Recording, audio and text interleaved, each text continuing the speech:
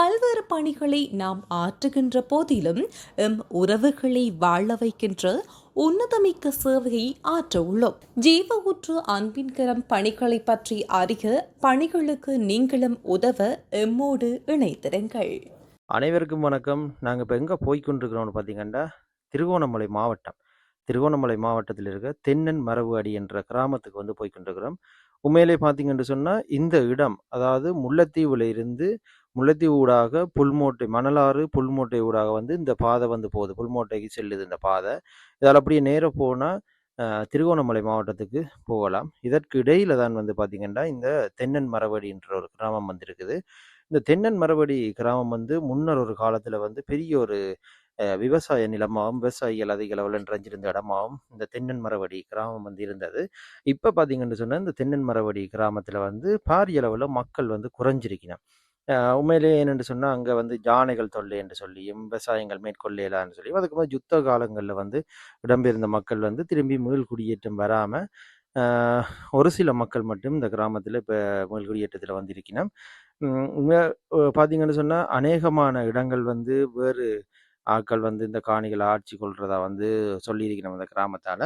அப்படி இருக்க இப்போ இருக்கிற அந்த கிராம மக்களுக்கு வந்து அடிப்படை வசதிகள் இல்லாத பட்சத்தில் இந்த கிராம மக்களுக்கு சரியான வீடுகள் இல்லை. அவர்களுக்குரிய வசிப்பதற்கான வீடுகள் இல்லாத காரணத்தால் அநேகமான மக்கள் வந்து இந்த இடத்துல வந்து வசிப்பதற்கு அச்சப்படுற நிலையில் ஒரு 4 வீடுகள் ஜீவ ஊற்று அன்பின் கரத்தினூடா வந்து கட்டி கொடுக்கப்பட்டிருக்குது. அந்த 4 வீடுகளையும் இன்றைக்கு அந்த மக்களுக்கு கையளிப்பதற்காக தான் நாங்கள் இன்றைக்கு அந்த கிராமத்துக்கு சென்று கொண்டிருக்கிறோம். இப்போ பார்த்தீங்கன்னா ஒரு மாதிரி வந்து சேர்ந்துட்டோம். திருகோணமலை மாவட்டம் தென்னவன் மரபு அடி என்ற கிராமத்துக்கு வந்து வந்திருக்கிறோம். இந்த இடத்துல தான் வந்து அந்த வரவேற்புக்கான அதாவது அந்த வீடுகள் கையளிப்புக்கான நிகழ்வு ஆரம்ப நிகழ்வுகள் இந்த இடத்துல நிகழப்போகுதுன்னு சொல்லியிருக்கணும்.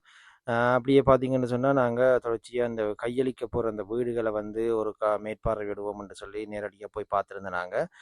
அதற்கு பிறகு பார்த்திங்கன்னா இந்த நிகழ்வுக்கு வந்து பல மக்கள் வந்து இந்த ஜீவ ஊற்று அன்பின் கரத்தின் ஊழியர்களை வந்து சந்திச்சிருந்துச்சினோம். அவர்களுடைய குறைபாடுகளையும் சொல்லியிருந்தோம். அதோட மகிழ்ச்சியான சில விடயங்கள் சொல்லியிருந்தோம். தங்களுக்கு பெரிய ஒரு மகிழ்ச்சியாக இருக்குது, இந்த வீடுகளை கட்டித்தந்தது பெரிய ஒரு மகிழ்ச்சியாக இருக்குன்னு சொல்லி மற்ற ஜீவ ஊற்று அன்பின் கரத்தினூடாக செய்கிற அனைத்து பணிகளையும் தாங்க பார்க்குறது என்றும் அந்த பணிகளுக்கு எங்களுடைய முழு ஆதரவையும் தருவோம் என்று சொல்லியும் தெரிவிக்கப்பட்டிருந்தது.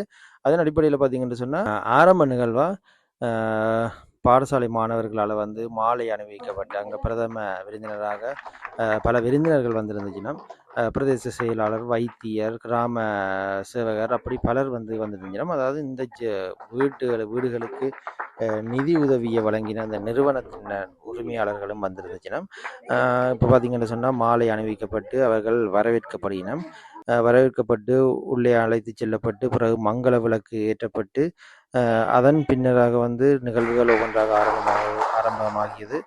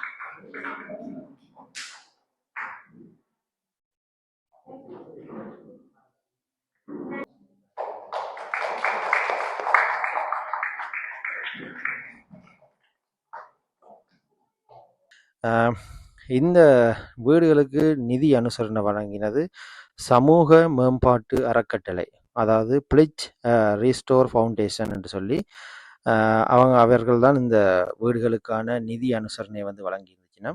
அதுக்கப்புறம் பார்த்தீங்கன்னு சொன்னால் இப்போ நடனங்கள் இடம்பெற்றிருந்தது, சின்னஞ்சிறார்களுடைய நடனங்கள் இடம்பெற்றிருந்தது. அப்படியே அங்கே இருக்கிற அந்த ஜீவ ஊற்று அன்பின் கரத்தின் இணைப்பாளர்ன்ற ஒரு பேச்சும் இடம்பெற்றிருந்தது. அதன் அடிப்படையில் பல நிகழ்வுகளுக்கு முடிவடைந்த பின்னர் அவர்களுக்கு வந்து வந்திருந்த விருந்தினர்களுக்கு நினைவு சின்னமும் வழங்கப்பட்டிருந்தது.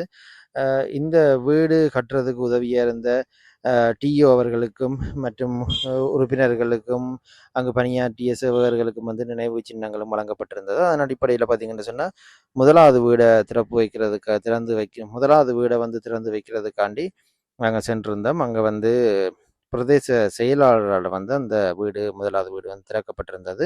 அதன் அடிப்படையில் ஒவ்வொரு வீடாக வந்து நாங்கள் திறந்து வைக்கிறதுக்கான சகல ஆயத்தப்பாடுகளையும் செய்து உண்மையிலே ஒரு சிறப்பான முறையில் இடம்பெற்றிருந்தது இந்த 4 வீடுகள் கையளிப்பு. இந்த 4 வீடுகள் கையளிப்புன்றது வந்து ஒரு சாதாரண விடயம் இல்லை. ஜீவ ஊற்று அன்பின் கரம் இதோட 173வது வீடு வந்து கட்டி கொடுத்திருக்கணும். அப்போ 100க்கு மேற்பட்ட, அது பார்த்திங்கன்னா ஜீவ ஊற்று அன்பின் கரத்தினூடாக வந்து 100க்கு மேற்பட்ட வீடுகளை வந்து கட்டி கொடுத்துருக்கிறோம்.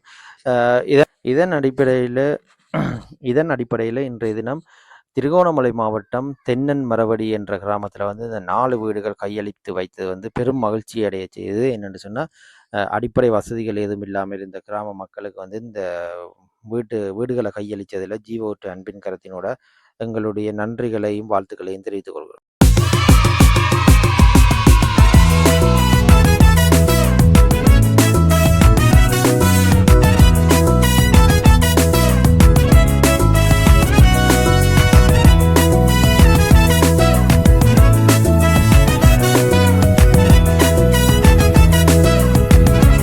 ஜீவ ஊற்று அன்பின் கரம் சார்பாக அன்பின் வாழ்த்துக்கள். இன்றைய நாளிலும் திருகோணமலை மாவட்டத்திலே தென்னை மரவடி கிராமத்திலே இருக்கின்றதான பயனாளிக்குரிய இல்லத்தை கையளிக்கும் நிகழ்விலே கலந்து கொண்டிருக்கின்றோம். அந்த வகையிலே ஜீவ ஊற்று அன்பின் கரத்தினுடைய 114வது இல்லத்தை இன்றைய நாளிலும் பயனாளிகளிடத்திலே கையளிக்க இருக்கின்றோம். ஜீவ ஊற்று அன்பின் கரமானது பல்வேறு நிறுவனங்களுடன் இணைந்து தாயக தேசமெங்கும் வீடுகளை அமைத்து கொடுக்கின்ற நிகழ்வை செய்து கொண்டிருக்கின்றது. அந்த வகையிலே இன்றைய நாளிலும் 4 இல்லங்களில் 2வது இல்லமாக இந்த இல்லம் பயனாளியிடம் கையளிக்கப்பட இருக்கின்றது. இந்த செயற்பாட்டிற்கு இன்றைய நாளிலும் திருகோணமலை உச்சவெளி பிரதேச செயலாளர் மற்றும் கிராம சேவையாளர், வைத்திய கலாநிதி, ஏனைய நிறுவனங்கள் சார்ந்த உறுப்பினர்கள் மற்றும் அநேக நண்பர்கள் இந்த இடத்திலே கலந்து கொண்டிருக்கின்றார்கள்.